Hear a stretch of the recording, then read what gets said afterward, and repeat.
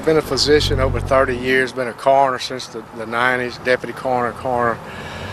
I've dealt with every type of death there is, natural, accidental, suicide, homicide, every kind there is, undetermined.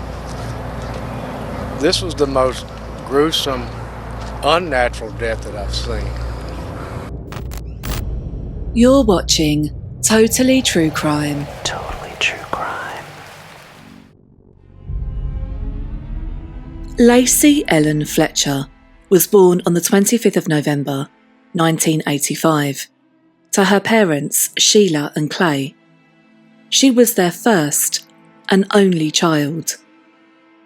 They lived in a town called Slaughter in Louisiana. It's a small town with a population of around 1,000 people. In her early years, Lacy had enjoyed going to school. She had attended Brownfield Baptist Academy, and she'd played on the local volleyball team. During her time at school, she also received an autism diagnosis, specifically Asperger's syndrome. In the 1990s, there was not a lot of support for autistic people and their families, especially in small towns like Slaughter. When Lacy was 14, her parents withdrew her from school, choosing to homeschool her instead. People who knew her parents reported that they had complained about having to give so much of their time to their daughter. Lacy had very little contact with other people after she left school.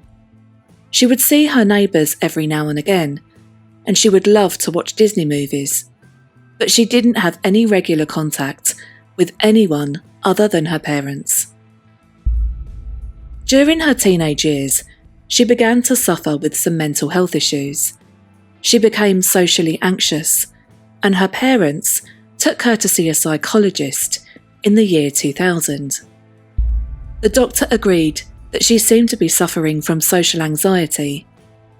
Her parents visited the same psychologist 10 years later, in 2010, but this time without Lacy.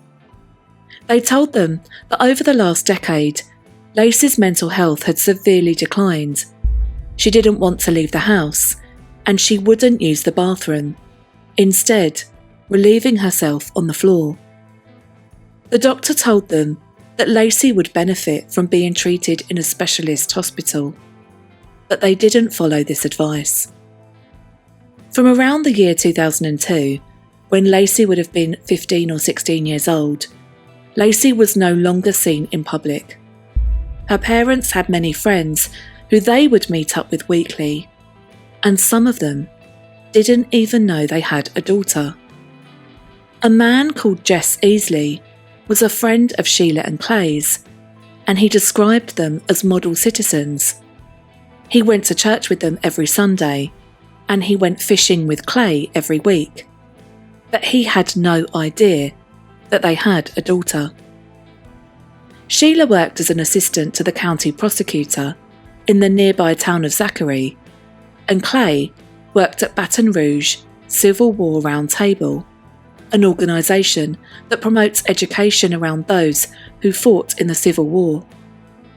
Photos on the couple's Facebook profiles show them in front of a Christmas tree, both smartly dressed and smiling. The house behind them looks warm and cosy. In another, Sheila is sat on Clay's lap, and they're both smiling widely. There are photos of them on day trips, in football shirts, and they just look like a happy couple with a happy life. But there are no photos of Lacy, and this is where the story takes a truly dark and unbelievable turn. Behind closed doors, something utterly horrific was going on. On the 3rd of January 2022, at 2:27 a.m, Sheila Fletcher called 911. She said that she'd woken up and discovered her daughter Lacy on the sofa, struggling to breathe. She said they needed an ambulance. By this point, Lacy was 36 years old.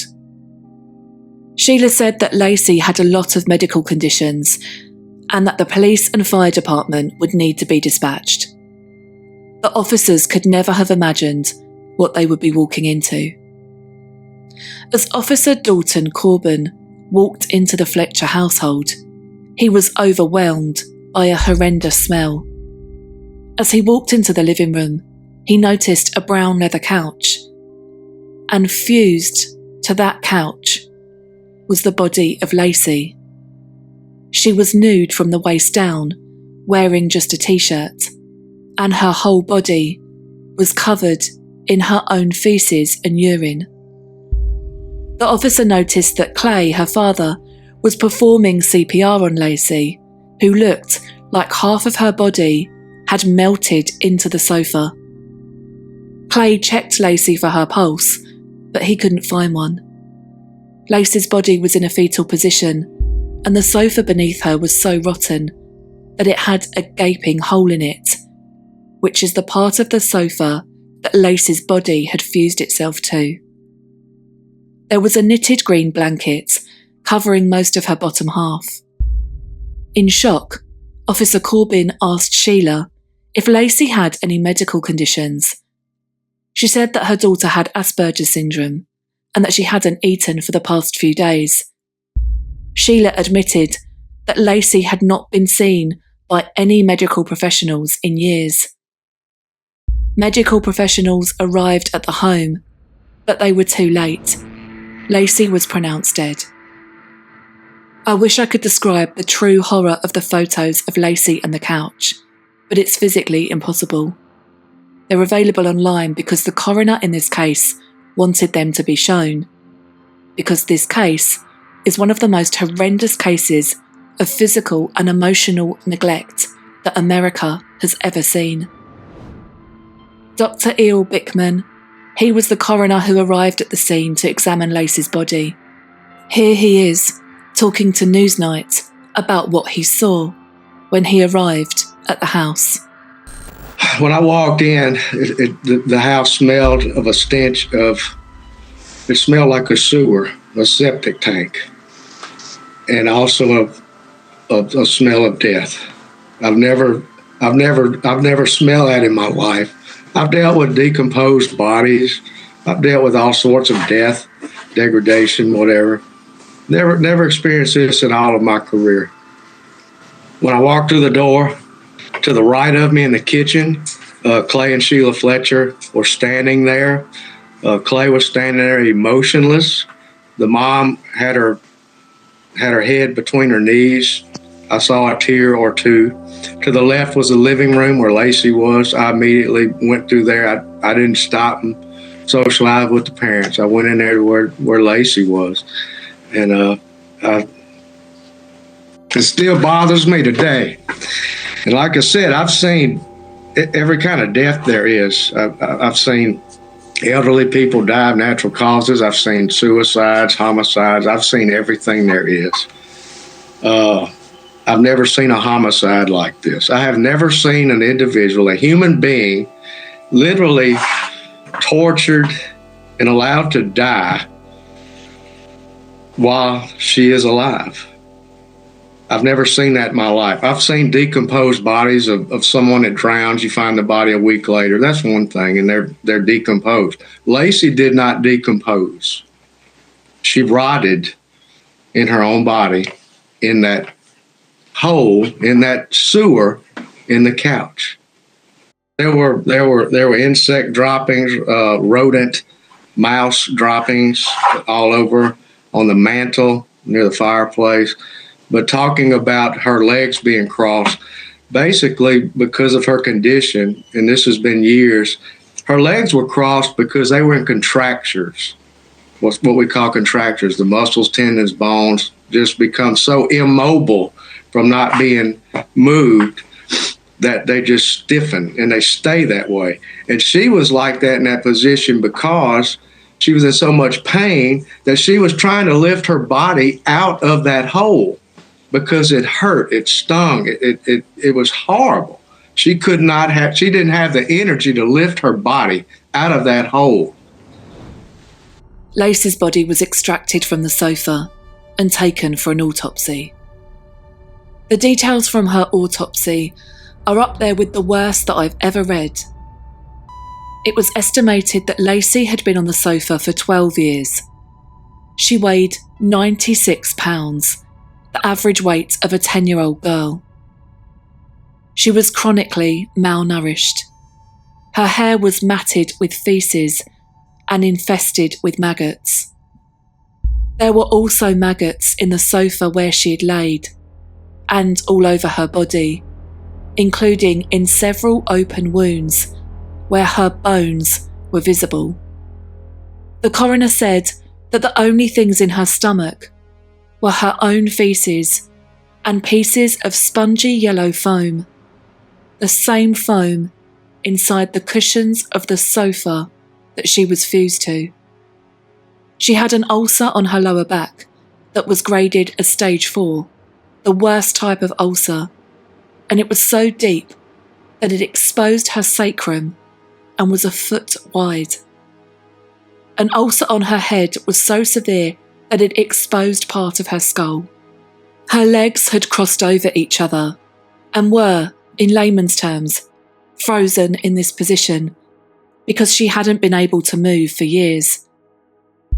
There were maggots around and inside her private parts that had been there prior to her death. Lacy also tested positive for COVID. Her cause of death was ruled as, quote, sepsis due to osteomyelitis, which is a type of bone infection, and due to decubitus ulcers as a result of poor hygiene, prolonged immobility, and malnutrition as a result of chronic severe neglect. You might be wondering what the rest of the Fletcher house was like. Whilst in the living room where Lacy lay, there were rodent drop-ins and maggots present. The rest of the house looked normal. From the outside, the house was well kept. The garden was green and tidy. Their home looked inviting. It looked like the other houses in their small town.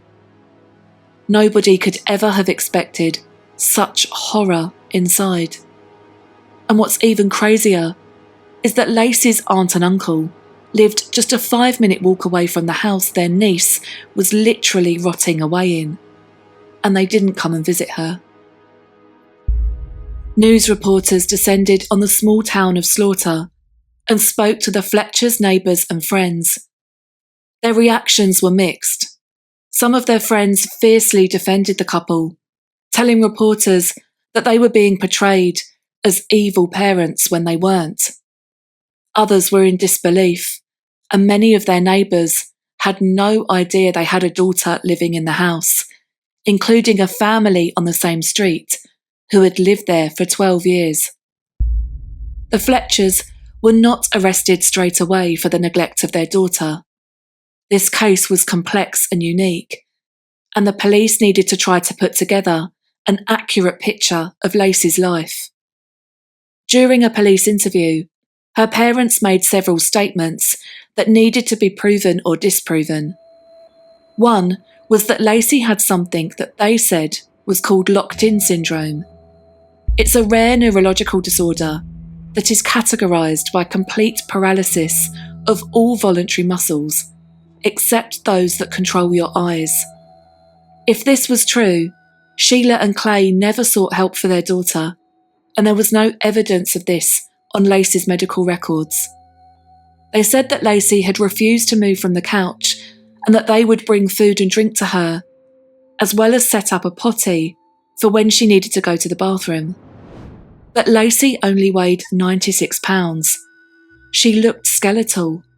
There was nothing in her stomach, and she was covered in her own feces and urine.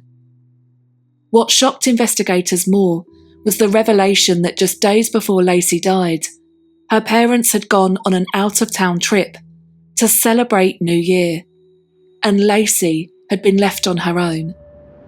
When the police arrived, the only food they could find in the room Lacy was in was a bag of hard candy out of her reach. Investigators believed that the sofa foam found in her stomach and under her fingernails indicated that she was starving and was eating that to try to survive. The pathologist said that Lacy could have been dead for up to 2 days before Sheila made that call to 911. Sheila and Clay Fletcher were arrested 4 months later, in May 2022, and were charged with second-degree murder. Both paid $300,000 each to get out on bail.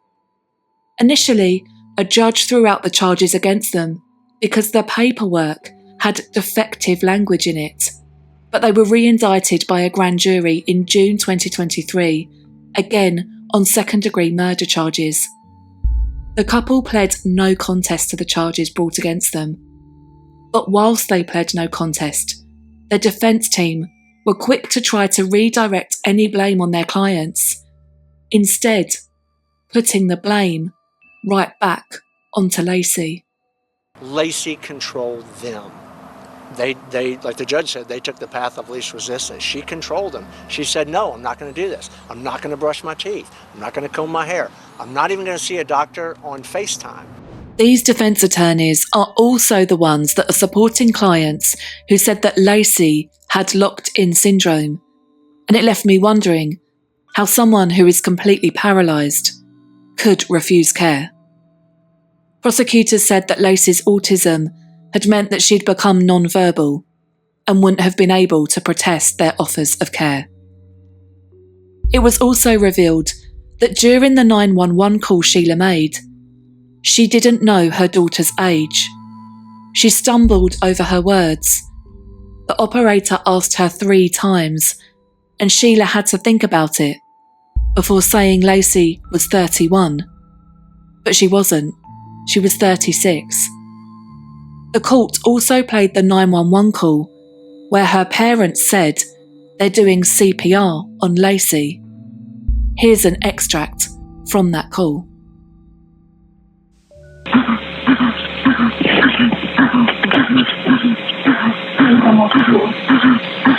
Are we doing compressions or on the couch? If we can't get a floor again, we can do compressions on the couch then. Are we doing compressions now? Yeah. Okay. I'm gonna go ahead. I'm gonna need you to count out loud with me, okay? So I can instruct you, okay?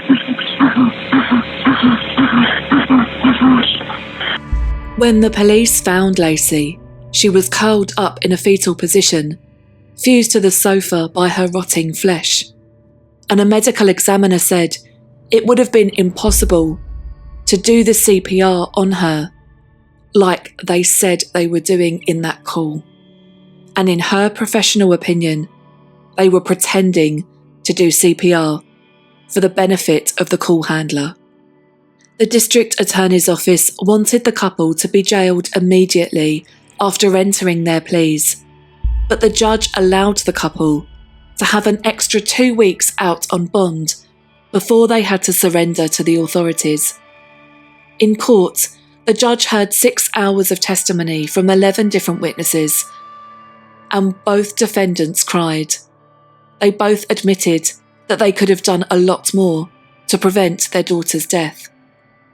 In March 2024, Sheila and Clay Fletcher were both sentenced to 40 years each, with 20 of those years suspended.